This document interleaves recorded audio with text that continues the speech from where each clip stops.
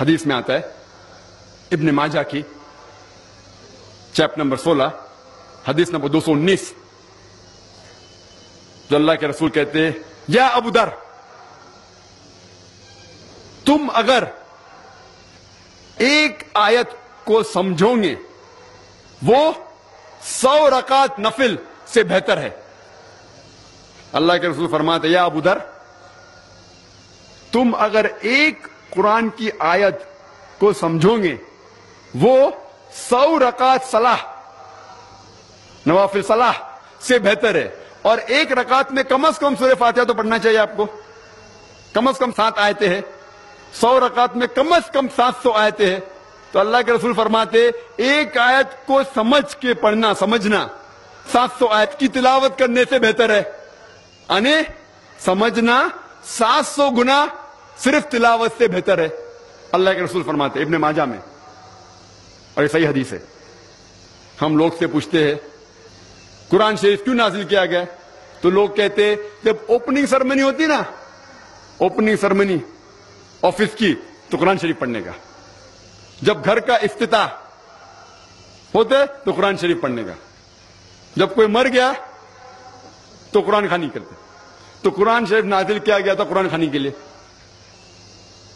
اور لوگ کرتے ختم قرآن، ختم قرآن 1 2 3 ختم قرآن کے رمضان میں 3 بار 4 بار 10 بار، الحمدللہ آپ کو ثواب ملے گا، انشاءاللہ ملے گا۔ لیکن اگر آپ رمضان میں 2 بار ختم قرآن کرتے ہیں، میری یہ رائے رہے گی کہ ایک بار عربی میں پڑھو اور ایک بار ترجمہ پڑھو،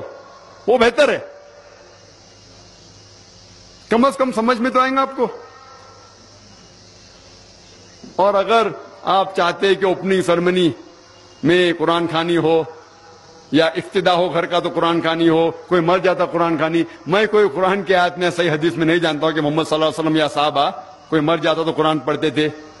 یا کوئی افتتاح کے لیے قرآن پڑھتے تھے۔ اگر آپ کو قرآن پڑھنے کا ہی ہے تو میں یہ کہتا ہوں کہ آپ قرآن اگر پڑھتے ہیں 100 مائل کی سپیڈ کے اوپر، 30 لوگ کو بلاتے اور 1 گھنٹے میں ختم کرتے، تو میں کہتا ہوں کہ 2 گھنٹے کے لیے بلاؤ، عربی بھی پڑھو ترجمہ بھی پڑھو، نہیں تو 30 کے بدلے 60 لوگ کو بلاؤ۔ ایک آدمی اگر 1 پارہ پڑھتا ہے تو ایک آدمی کو بولا آدھا پارہ پڑھو عربی میں اور آدھا پارہ ترجمہ پڑھو، کم از کم وہ قرآن تو پڑھنا حدیث میں لکھا نہیں، لیکن کم از کم اگر آپ ترجمہ پڑھیں گے تو آپ کو علم تو حاصل ہوگا اور انشاءاللہ کچھ چیز کے اوپر عمل تو کریں گے۔ تو قرآن کو سمجھ کے پڑھنا بہت ضروری ہے، بہت ضروری ہے۔ اور ایک مثال میں پیش کرتا ہوں کہ اگر آپ فرانس جاتے ہیں ایک ڈگری حاصل کرنے کے لیے، BSc کی ڈگری، آپ فرینچ نہیں جانتے، آپ کلاس اٹینڈ کرتے ہیں، کلاس اٹینڈ کرتے ٹیچر استاد آپ کو پی دیتا ہے، پریزنٹ، بولتے ہیں حاضر ہے، حاضر ہے تو پی لکھتا ہے، present, P four present, English میں پریزنٹ، آپ پورا سال پریزنٹ رہتے، پی ملتا ہے آپ کو، آپ خوش ہے۔ جب ایگزامینیشن آتا ہے تو کوشچن پیپر، سوال کا جو پیپر ہوتا ہے وہ آپ کو فرینچ میں ملتا ہے، آپ کو فرینچ نہیں آتی،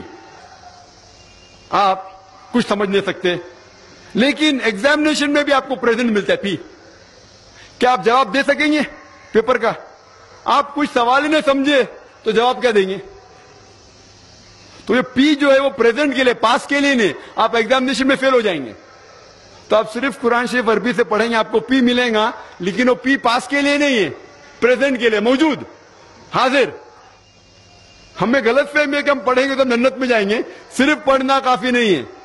پڑھ کے سمجھو اور قرآن مجید پہ عمل کرو تو انشاءاللہ آپ جنت میں جائیں گے۔